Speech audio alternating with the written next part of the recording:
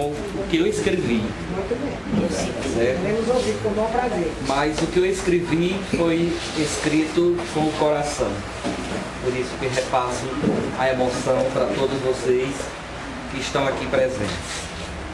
E vou começar a minha fala com esse título: Para Sempre. Porque Deus permite que as mães vão-se embora. Mãe não tem limite, é tempo e sem hora. Luz que não apaga, quando sopra o vento e chuva desaba. Veludo escondido na pele enrugada. Água pura, ar puro, puro pensamento. Morrer acontece com o que é breve e passa sem deixar vestígio.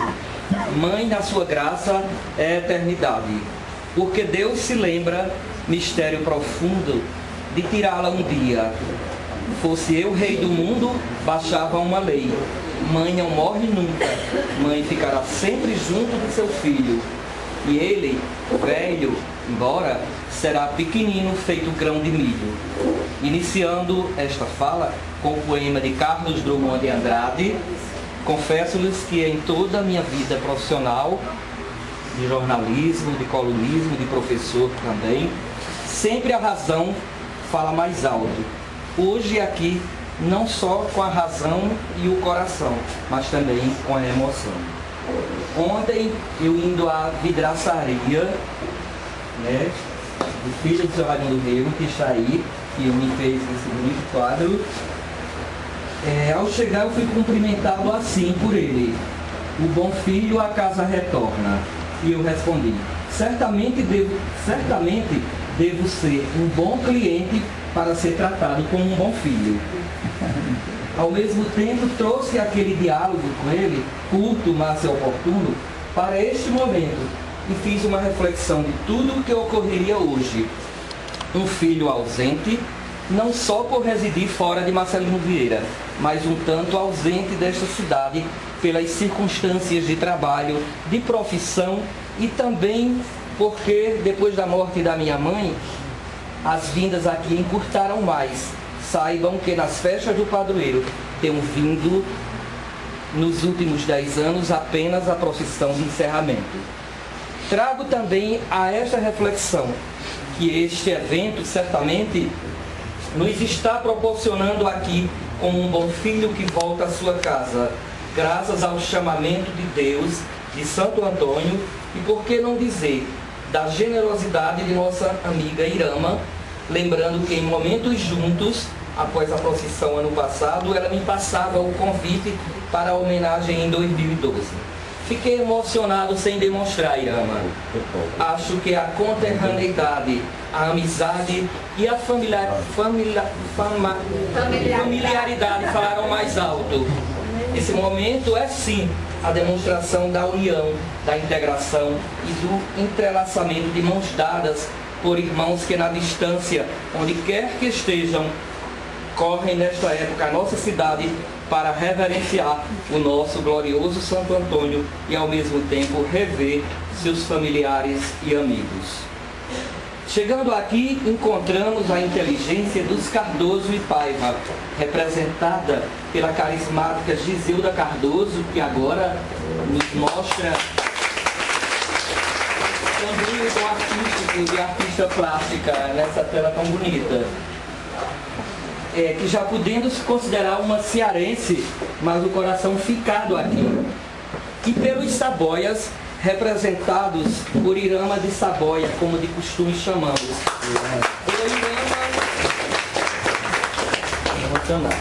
O Irama de Francisca de Saboia, não é? Idealizadoras deste evento de tamanha expressão para Marcelino Vieira e para nós, os seus filhos ausentes, e também para os que vivem aqui na Terra Amada. Esta invenção delas tem riqueza histórica. Não é que a vida só possa ser vivida olhando-se para frente. A vida certamente pode ser compreendida olhando-se para trás.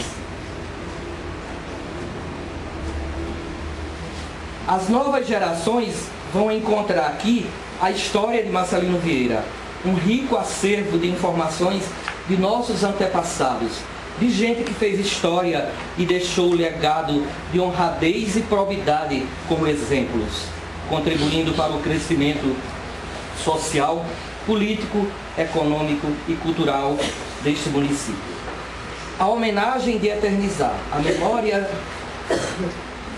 de nossa mãe, Constância Alves de Pontes, carinhosamente conhecida por Tancinha, vem ao encontro de já se encontrar eterna na nossa memória, na memória de seus filhos e demais familiares, e que a partir de agora reforçará mais ainda sua história de vida perante os conterrâneos desta cidade, realçando mais o grau de lembranças de sua vida existencial na Terra durante 73 anos. Estou me sentindo muito emocionado, pois é uma tarefa fácil e ao mesmo tempo difícil falar de Dona Tancinha. Ela tem história plantada aqui, pelo sentimento de amizades com muita gente, suas amigas em numerosa pleiade, suas relações sociais que iniciaram desde a infância com pessoas de todas as classes sociais, mesmo sendo uma menina pobre, mas bem relacionada, benquista. Isso é o que nos passou sempre em vida, que ela sempre nos passou em vida, como exemplo de simplicidade, dignidade e honestidade. Muita história de vida, seja no trabalho, na escola, na igreja, na família, na praça, nos flertes e namoros. Sim, ela contava a gente também dos namoros dela, dos flertes, tá? Nas festas, rainha de festas, rainha de carnaval, dos dramas, que é teatro em que ela atuava, na escola, na igreja. Tudo ela tinha história para contar de sua participação ativa e bem envolvida. Eu diria que nossa mãe foi uma lutadora e vencedora. Sabia descobrir e valorizar o que havia de mais belo em cada um de seus filhos. Ao lado do nosso pai, Jaime Batista, sua grande preocupação era o bem-estar de todos e do próximo. Mãe era como uma flor.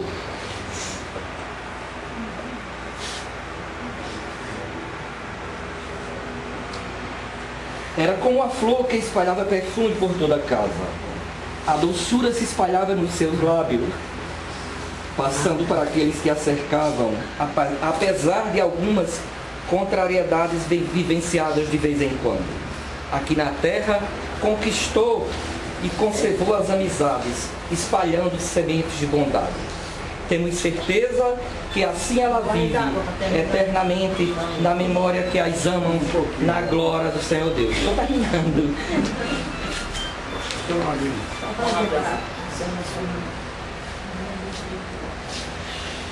Agora vem a lembrança de um verso contido no cartão de uma das missas comemorativas à sua morte. Todo ano nós fazemos a missa de aniversário de morte. E um dos cartões dizia assim: Tancinha, um coração materno dilatado de amor, um olhar sempre atento às necessidades de todos, uma vida de oração sempre a interceder, um sorriso sereno sempre a acolher, um modelo de fé nas dificuldades da vida, uma caminhada apoiada na alegre esperança de encontrar-se um dia com Cristo ressuscitado num abraço salvífico. Senhoras e senhores, meus conterrâneos aqui presentes, para não alongar mais, vou apenas recordar rapidamente de alguns atos seus de generosidade. Recebia flores no Dia das Mães, no aniversários e outros momentos, e no fim da tarde ou no outro dia de manhã, ela já me pegava pelo braço e ia deixar essas flores no altar de Nossa Senhora da Conceição. Adorava ajudar e oferecer. Na Semana Santa, ela não se conformava enquanto não dava todos os pães e peixes que ela tinha em cima da mesa a quem passava lá por casa. Aos mais necessitados, era quase possível ela tirar a roupa do corpo para servir ao próximo. Aquelas mensagens por telefone fixo pedindo dinheiro, ela dizia que não confirmava, que não dava.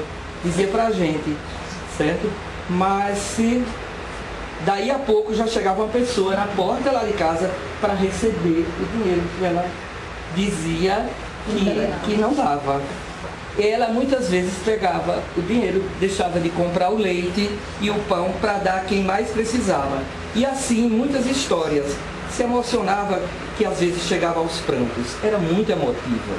Queria resolver a miséria e as mazelas do mundo, sozinha. E isso a fazia sofrer muito. muitas comadres e muitas amigas aqui em Marcelino Vieira.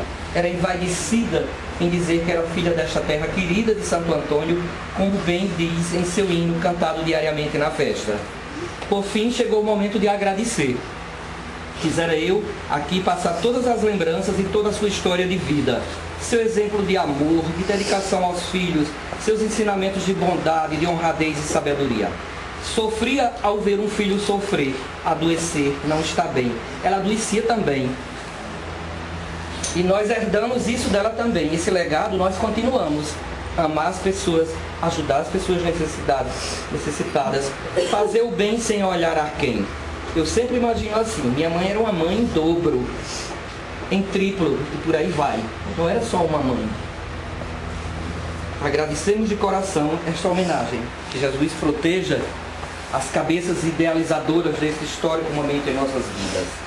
E dizer que estamos à disposição para colaborar e contribuir para a sua continuidade e mais ainda uma expansão, quiçá um museu de objetos e peças das famílias tradicionais históricas, para que somente assim as novas e futuras gerações possam conhecer esse acervo patrimonial e geografia humana de nossa terra de Santo Antônio.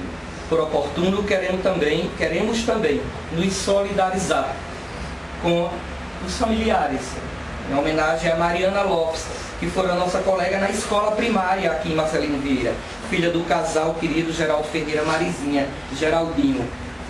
Em maio também fiz parte da casa de Geraldo e Marizinha em Natal. Leve até eles o meu abraço fraternal, Mônica. Lisboa Paiva, mais conhecido como Coruja, pela vizinhança dos meus pais com Cazuza Cardoso e Gomecinda. Nós na infância, lá na rua de baixo, lembram, não é? Então fica o nosso apreço aos seus familiares. Gessa Lopes, pelo nosso apreço e carinho de um segundo pai, em tempos que tivemos sua convivência, tanto em Mossoró como em Pau dos Ferros, ao lado de Bitoca e de seus filhos, que são meus irmãos considerados. Gessé, um homem de caráter, de honestidade e de trabalho, deixa a sua marca indelével em todos nós. Hermógenes Pontes, pelos laços familiares e pessoa tão querida por nossa mãe, um homem histórico na luta por dias melhores, quando seu enfrentamento de batalhas, um grande homem e também um grande poeta, que eu soube hoje, que também era poeta através de Dr. Pedro. Era primo de mamãe também. A todos os demais homenageados aqui hoje, nossa gratidão e reconhecimento pelo muito que representaram para esta cidade. Para finalizar, este acróstico intitulado Mulher Amor. Tenho muitas saudades. Ainda lembro-me quando criança, nunca deixou de ser atenciosa, carinhosa, prestativa e amiga. Impressionava-me a sua maneira de ser. Nada abalava o amor que tinha pelos seus. Hoje, estás com Deus orando e pedindo amor e paz a todos que aprenderam a te amar como eu. Eternamente, Fapa Paiva, que escreveu isso no dia 20 de novembro de 2002, por ocasião de um mês da morte de Tancinha.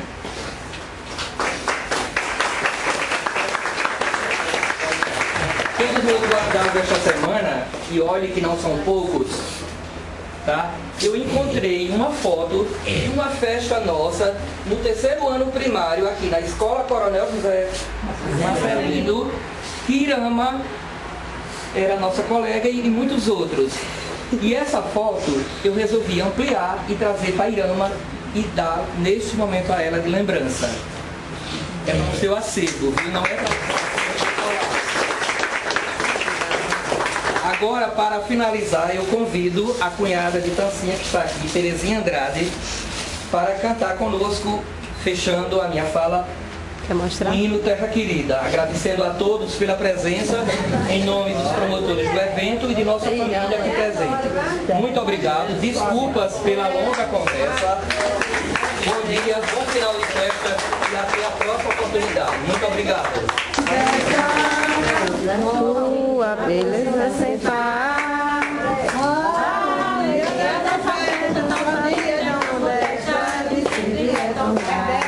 Terra querida, de Santo Antônio, meu patrimônio, é nossa vida.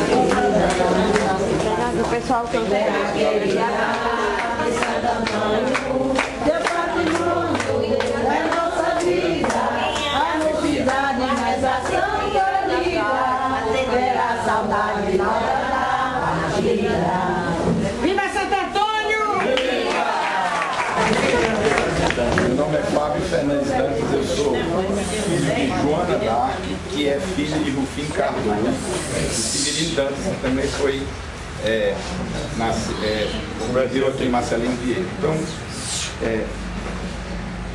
depois de ouvir tantos poetas e jornalistas, escritores, a contribuição que eu tenho para dar é o que eu sei fazer, que é a ciência, que é a parte do médico, que é a urologia. Então, a Gisela pediu para falar sobre próstata, câncer de próstata, prevenção. Eu vou falar rapidinho. Só para dar uma ideia geral para vocês, eu queria agradecer a Irama pela acolhida aqui, que é filho também, que é neto de Rufim Cardoso. E eu estou muito emocionado, porque é muito interessante. Eu achei que eu fui bem acolhido aqui. Eu considero já um filho de Marcelino Vieira também. A gente fala de próstata e muitas pessoas comentam, e até médicos às vezes, ficam um pouco sem saber exatamente o que algumas coisas são comentadas, e muitas pessoas evitam de fazer exame. Então, só para dar uma rápida informação leiga, né, científica, a próstata é uma glândula que o homem tem e fica abaixo da bexiga, por isso que às vezes o homem tem dificuldade de urinar quando ela cresce. Para vocês terem uma ideia, no Brasil, por ano, são diagnosticados em torno de 50 mil cânceres de próstata no Brasil. E para cada 10 indivíduos com 50 anos de idade, é provável que 2 tenham câncer de próstata, ou pelo menos inicialmente incidental, não sintomático. Então vocês veem como é realmente uma patologia muito prevalente no homem. Depois do câncer de pele, é o câncer mais comum no homem. Tá certo? Os diversos cânceres de pele, é o câncer mais comum, é o câncer de próstata. E à medida que a idade vai passando, essa frequência vai aumentar. Então, na idade de 80 anos, se você for ver a estatística, 80% dos homens têm já um foco de câncer de próstata. Então, às vezes eu pedi para eu falar, porque eu acho que é interessante, inclusive para as mulheres exigirem que os maridos façam exame, porque esse câncer, ele é curável, né? Ele é diagnosticado na fase inicial. Então, existem milhares de pessoas que vivem normais, sem o câncer, e não vão morrer desse câncer, porque fizeram o diagnóstico precoce. Então, na verdade, a pessoa que fala em prevenção de câncer de próstata, o termo correto seria diagnóstico precoce, não prevenção, porque a prevenção a gente faz de câncer de próstata e de todos os cânceres, com a vida saudável, com a alimentação regrada, né, evitando fumo e outras, uma alimentação muito gordurosa que deve ser evitada também. Então isso aí é a prevenção para todos os cânceres. O câncer de próstata se faz o diagnóstico precoce. Então o diagnóstico precoce ele deve ser feito para todos os homens, o exame da prevenção, para todos os homens. No Brasil isso aí é o consenso da Sociedade Brasileira de Urologia, para todos os homens acima de 45 anos de idade. Agora, se houver um caso de câncer na família, um parente de primeiro grau, ou seja, um pai, um tio, né, um avô, uma pessoa que esteja diretamente relacionada na hierarquia, né, na hereditariedade, então 40 anos, esses homens precisam fazer o exame de prevenção. Então, o que é exame de prevenção? Foi descoberto em 82 uma enzima que a próstata produz, todos nós produzimos, os homens produzimos essa enzima que é o PSA, mas que quando começa um pequeno câncer, em foco inicial, esse PSA ele é desarranjado, as células ele corre na corrente sanguínea em um nível mais alto, então a gente faz o exame de PSA, se ele estiver alto, pode ser que seja câncer, mas pode ser também uma inflamação ou uma patologia. Então, com o PSA alterado, então o homem vai fazer o toque retal. Então, muita gente tem preconceito. O toque retal, eu estava ontem até, estava conversando, também falando sobre isso.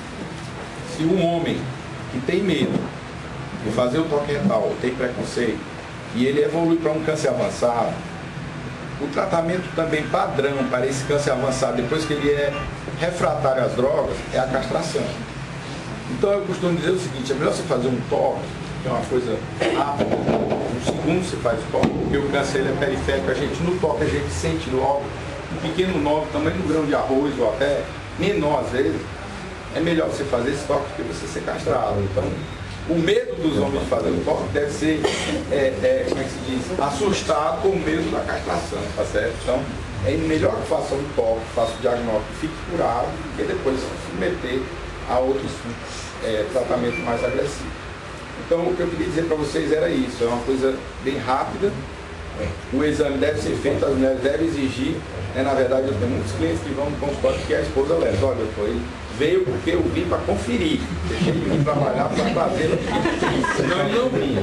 Faz 3 anos que ele diz que vem, em broma, diz que voa amanhã e não vem. Então eu vim junto. Então, as mulheres, elas são responsáveis também.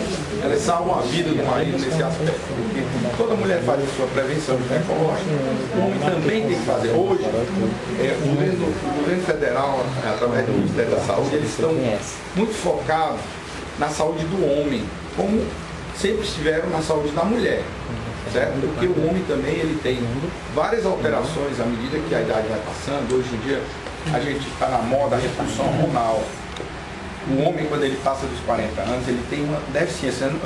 Algumas pessoas falam em andropausa, não é um termo correto, porque a mulher ela tem a menopausa porque ela para de ovular. O homem ele não tem andropausa porque ele continua fértil. Eu cito sempre o exemplo de Chaplin, que teve filho com 82 anos.